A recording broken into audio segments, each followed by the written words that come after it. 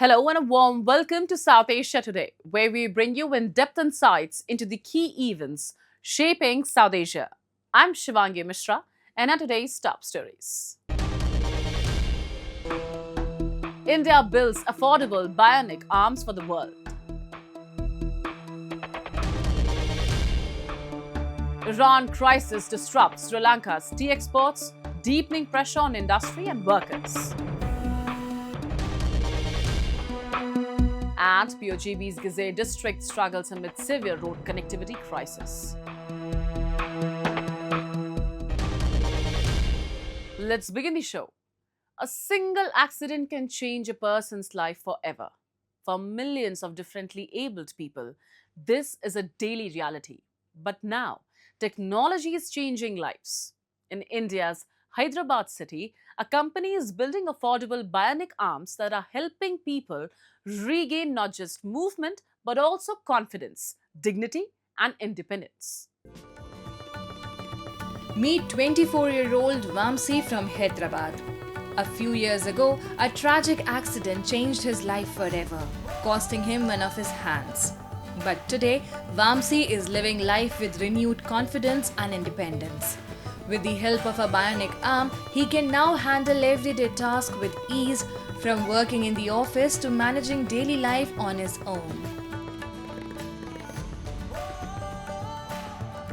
What makes his journey even more inspiring is that he now works with the very company that helped him rebuild his life and confidence.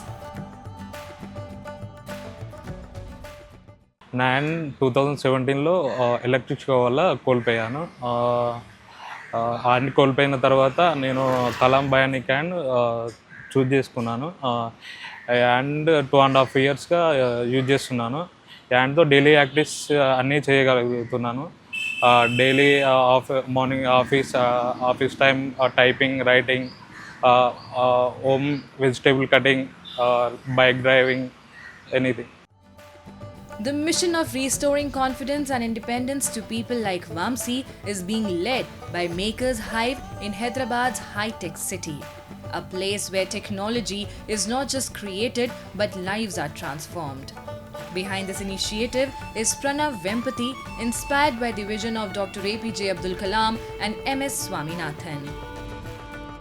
That inspiration led to the creation of Kalam, a bionic arm that is more than just a machine.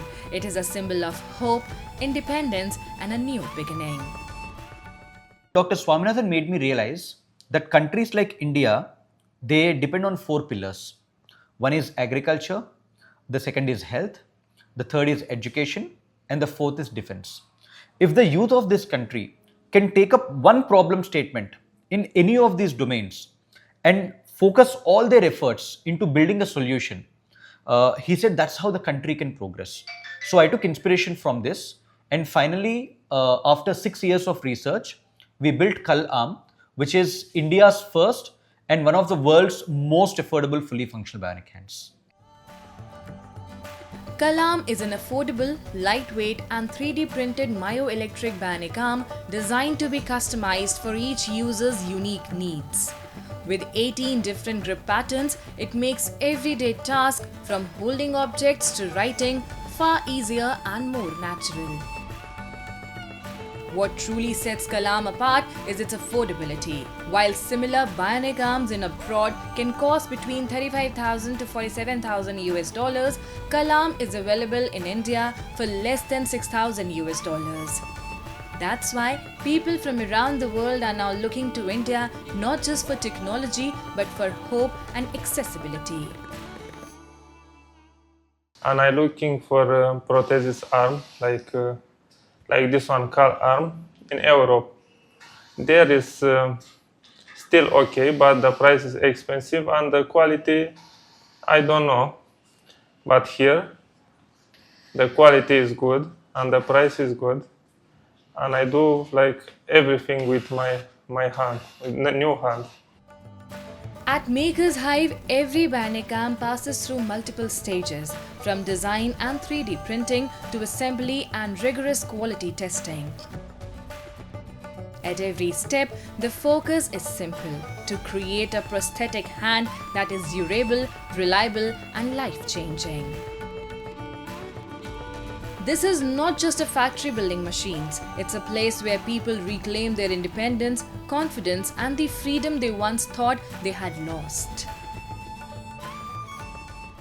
तो हम इधर mechanical assembly होता है ये work station के पास, हर एक finger modular रहता है डिज़ाइन पूरा, एंड ये पूरा फुल्ली मेड इन इंडिया है, पूरा डिज़ाइन मैन्युफैक्चरिंग असेंबली सब इधर ही होता है। ओके, और यहीं पर होता है? यहीं पर होता है। ठीक है। ओके, और इधर इलेक्ट्रॉनिक्स असेंबली होता है। अभी बहुत कम कंपनीज है जो इंडिया में डिज़ाइन करके इधर मैन्युफैक्चर करते हैं। ये डिवाइस का जो इलेक्ट्रॉनिक्स भी है इधर ही मैन्युफैक्चर होता है। तो इधर टेस्टिंग होता है जो असेंबली करते हैं वो डिवाइस का, और हर एक जो इलेक्ट्रॉनिक्स है मैकेनिकल है वो सब जिग्स में, ऑटोमेटेड जिग्स में टेस्टिंग होता है। ये आप देख सकते हो एक डिवाइस है जिसका अभी फीचर्स चेक कर रहे हैं, डिफरेंट टाइप्स ऑफ ग्रिप्स, मतलब फिंगर मूवमेंट्स कैसा होता है उसका टेस्टिंग चल रहा है यहाँ पे। From restoring movement to rebuilding confidence, Hyderabad's Bionic arm innovation is proving that technology is not just changing machines, it is changing lives, giving thousands a new sense of hope and independence.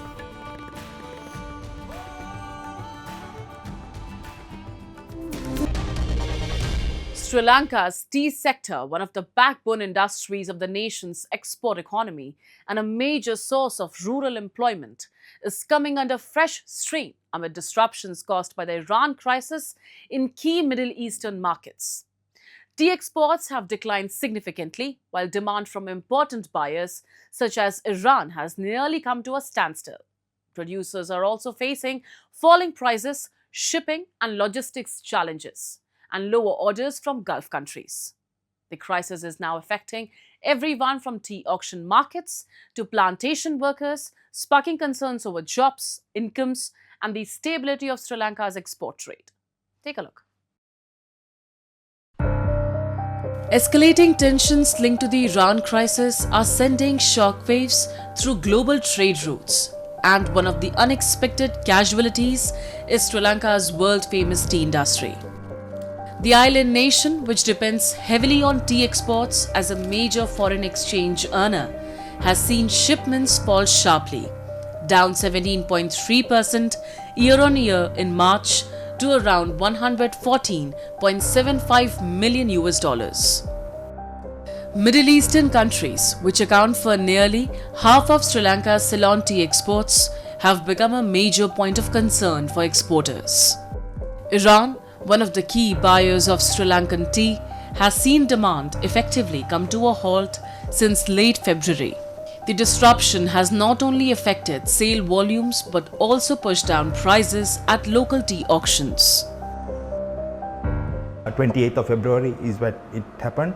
So the following auction, there was a drop in tea prices, which would have been, like about 20% drop in the prices, as well as there were about 20% teas which was not sold at the auction.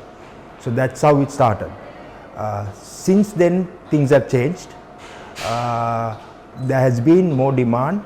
I wouldn't say it's from Iran. Iran is fully stocked, but there is other markets which has bought our teas, and gradually we see week in, week out improvement for the demand at the auctions.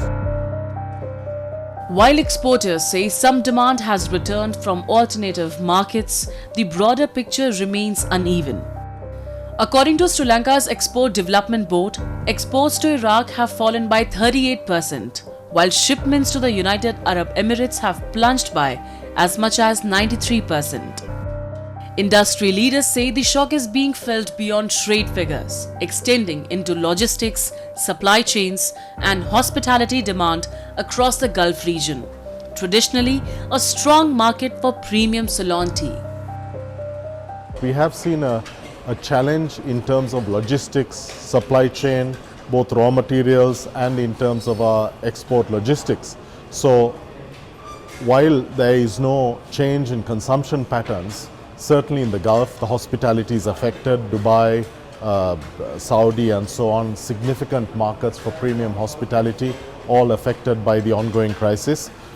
That is probably the significant effect. Our challenge is more of getting the exports out because of the freight rate increases, which has been phenomenal.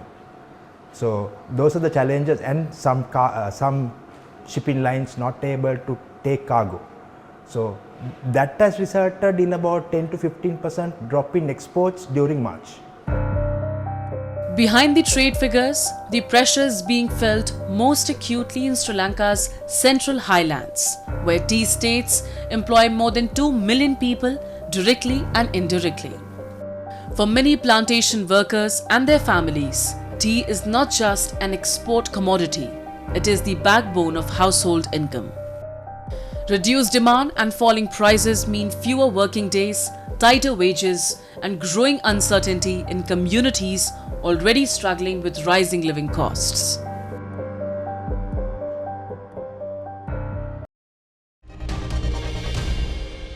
Now we take a look at some happenings in Asia in our segment called Asia Watch. Iraq's wheat output for the 2025 to 2026 season is expected to reach up to 5 million metric tons, keeping the country on track for self-sufficiency. Mahdi Sahar al-Jubouri said production was forecast at 5 million tons after around 8 million dunams of farmland were cultivated nationwide.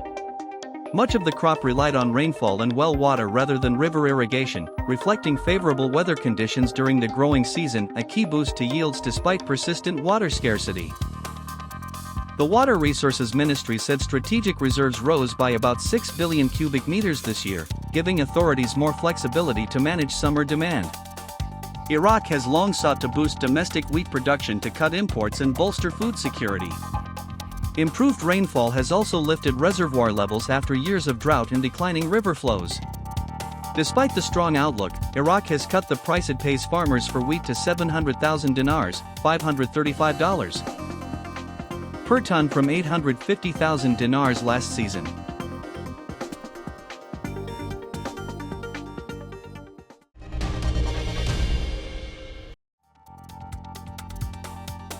Sri Lanka's central bank stunned markets by raising its policy rate by an outsized 100 basis points, the biggest hike in 3 years, and signaled more tightening as surging energy costs whip up inflation and batter its currency. Economic growth in the South Asian nation, only just recovering from a devastating 2022 financial crisis that left businesses and households deeply scarred, is expected to take a hit from the turmoil in the Middle East. The Central Bank of Sri Lanka, CBSL, raised the overnight policy rate to 8.75% from 7.75%, blaming higher inflation and a depreciating rupee due to the US-Israeli war with Iran. 7 out of a dozen economists and analysts polled by Reuters had forecast only a 25 basis point or slightly higher change to the rate, citing the deepening impact on foreign reserves from the conflict and the rupee currency's 8.7% tumble since early March.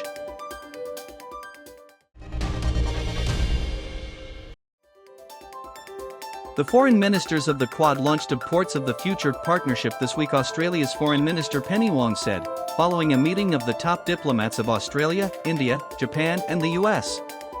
The meeting between the country's top diplomats, Wong, India's Jaishankar, Japan's Toshimitsu Motegi, and US Secretary of State Marco Rubio, is the third such gathering since September 2024. The Quad meeting comes as the US and Iran have circled around a possible deal to end their 3-month conflict and reopen the Strait of Hormuz. The countries share concerns about China's growing power, and Rubio, who arrived in India on Saturday for a 4-day visit aimed at shoring up relations with New Delhi, has stressed the importance of maintaining a free and open Indo-Pacific. People in the upper areas of Ghizer district in Pakistan-occupied Gilgit-Baltistan are battling a deepening crisis as raging water flow has washed away key access roads, leaving entire regions cut off and thousands struggling for movement and basic connectivity. With passengers stranded and villages isolated, angry residents have accused authorities of negligence and demanded immediate restoration of the damaged routes. A report. Residents in the upper areas of Ghizer district in Pakistan-occupied Gilgit-Baltistan say authorities failed to undertake proper restoration work even after last year's floods damaged key roads. Locals allege that only temporary arrangements were made, which have now collapsed again due to strong water flow, cutting off connectivity and leaving thousands stranded amid growing hardship and uncertainty. अभी भी सूरत हाल कुछ यूँ है कि मुतासरीन बेयार और मददगार खुले आसमान तले ज़िंदगी गुजारने पर मजबूर हैं। जैसा कि बुबुर में बनाया गया था उस तरह की एक मॉडल विलेज की उन लोगों को भी ज़रूरत थी, लेकिन बदकिस्मती से वो तो नहीं बन सकी। लेकिन कुछ निजी एनजीओज़ की जानिब से एक 32 के करीब घरानों को वहाँ के जो दास है उसमें एक बस्ती बनाई गई है, लेकिन वहाँ पर भी सहूलियात का फुकदान है। सड़क नहीं है लोगों को वहाँ तक पहुँचने के लिए, पीने का साफ पानी नहीं है और बिजली की फराहमी वहाँ पर प्रॉपर नहीं है। इसकी वजह से वो मुतासरीन जो है वो सख्त मुश्किलात में है। दूसरी जानिब सड़क बंद है, झील की सतह बुलंद होने की वजह से उससे भी पूरे यासीन तहसील है, इसके अलावा फंड है, वहाँ के लोग सख्त मुश्किलात में है। With roads blocked and connectivity disrupted, people in the upper areas of Ghizer district say they are facing immense hardship in their daily lives. Travelers are stranded, access to essential supplies has become difficult, and residents claim they are repeatedly forced to protest even for basic facilities and services.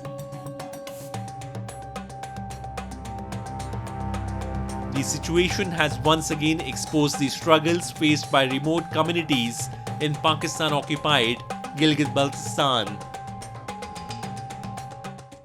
कल मैं जो बलाई इलाका है अपर गजर, वहाँ के गाँव आखिर जो गाँव है बारसत, जो शंदूर के साथ बिल्कुल मुल्हिका गाँव है और गिलगित-बल्तिस्तान का आखिरी गाँव है वो इस हल्के का, इस ज़िले का। तो वहाँ हम कैंपेन के सिलसिले में गए थे, तो हम पर मुश्किल यहाँ से गुजर के गए। ये जो तालीदास के मकाम है वहाँ पिछले साल सैलाब आकर रोड बिल्कुल डैमेज हुआ था, अर्जी तौर पर रोड बनाया गया था। उससे आगे हर किसके मुकाम पर फिर दरिया और रोड पे आ चुका है। तो 2-3 जगहों में रोड बिल्कुल दरिया की जिद में है। इस वक्त दरिया बहाव ज़्यादा होकर ऊपर आ जाती है, गाड़ियों छोटी गाड़ियाँ तो बिल्कुल नहीं गुजरती है। हज़ारों की तादाद में आकर वहाँ डेली बेस पे फंसते हैं और वहाँ के अवाम ने उस मकाम पर जो मकामी आबादी है उन्होंने एहतजाज किया था, जिनकी फसलें बुरी तरह मुतासर हो चुके हैं और वो दरिया का रुख ठीक नहीं घरों की तरफ दोबारा हो चुका है। वही मंजर है जो सैलाब का मंजर था। इस वक्त भी 1 साल का अरसा गुजर गया, सर्दियों पे उस पर काम करना था, लेकिन उस पर किसी ने तवज्जो नहीं दी। The situation has once again highlighted the broader hardships faced by people in Pakistan-occupied Gilgit-Baltistan, where poor infrastructure, weak healthcare facilities, and lack of timely development continue to affect daily life. Residents in remote areas say even basic connectivity and emergency access remain a challenge, forcing communities to struggle through recurring crises with limited administrative support and inadequate public facilities.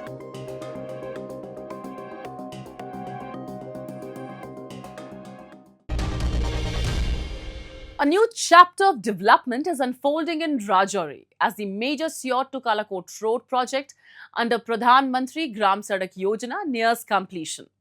The 22-kilometer double-lane road, one of the biggest PMGSY projects in the district, is set to improve connectivity, ease travel, and boost economic opportunities, bringing huge relief and happiness to local residents across the region.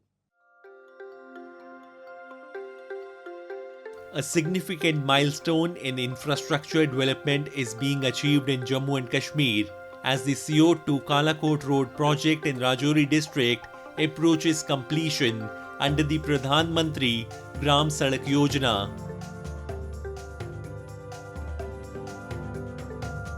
Spanning 22 kilometers, the double-lane road is among the largest PMGSY projects in the district. Nearly 11 kilometers of the road have already been completed. Once completed, the project is expected to substantially enhance regional connectivity, facilitate smoother transportation, and accelerate socio-economic development in the area.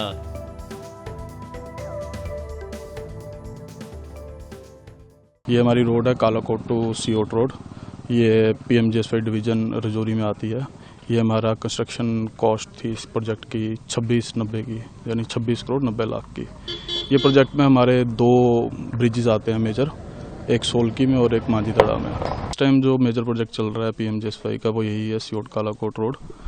इसमें आपको business से भी बहुत फ़ायदा होगा, business point of view से भी, क्योंकि पहले यहाँ पे लोग ट्रैवल करना या दुकानें कुछ चल नहीं रहा था यहाँ पे।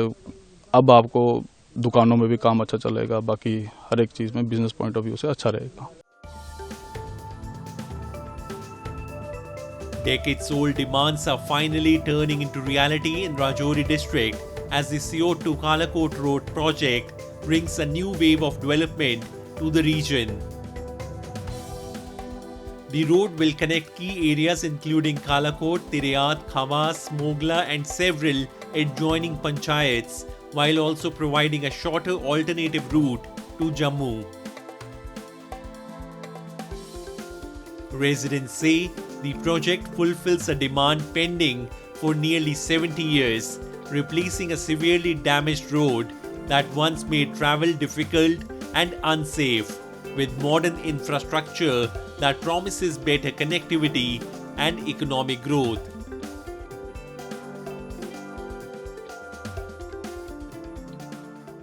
गवर्नमेंट का बड़ा धन्यवाद जो ये रोड बनवाई, कम से कम हमें आने जाने की सुविधा होगी। जो 1 घंटा 2 घंटे में हम कालाकोट से सुंदरवानी पहुंचते थे, जो वो सफ़र है आधे घंटे में हमारा कंप्लीट हो जाएगा। काफ़ी लिंक रोड निकलते हैं यहीं से, देखो मोगला का रोड है, त्रेड़ू का है और एक गर्न वगैरह, चन्नी प्राट, बीच में से ब्रेवी वगैरह, काबू कोट, ये काफ़ी जैसे रोड हैं जो इसको लिंक करती हैं। तो इसका बड़ा बेनिफिट है, काफ़ी पब्लिक की डिमांड थी। A remarkable transformation is taking place in Rajouri district as the ambitious Siot to Kalakot Road project under PMGSY brings new hopes of progress and prosperity to the region. Built at an estimated cost of Rs 26.90 crore, the project includes 2 major bridges and promises to boost transportation, tourism, and local businesses. Residents have expressed immense happiness over the quality and pace of work, appreciating the dedication of PMGSY officials and workers. Once completed, the road will provide faster and direct connectivity between Kalakot, Rajouri and Jammu, significantly improving the lives of thousands of people.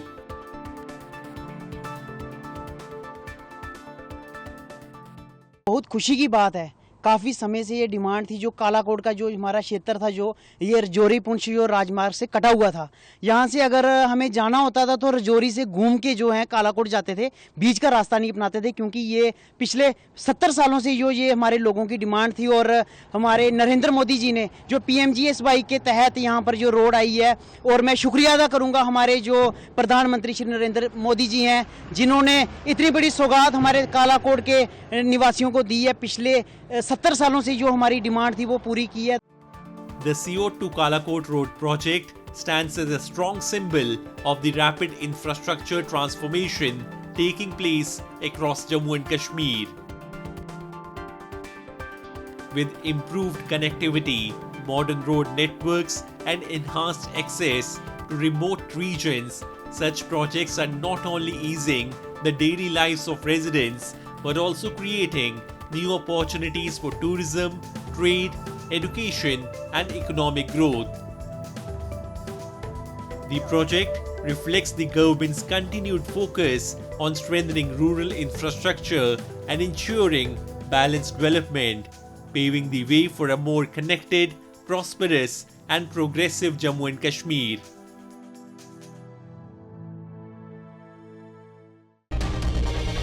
As we wrap up today's episode of South Asia Today, we thank you for joining us. We'll return next week at the same time with more insights and updates. This is Shivangi Mishra signing off on behalf of our entire team. Until then, stay safe and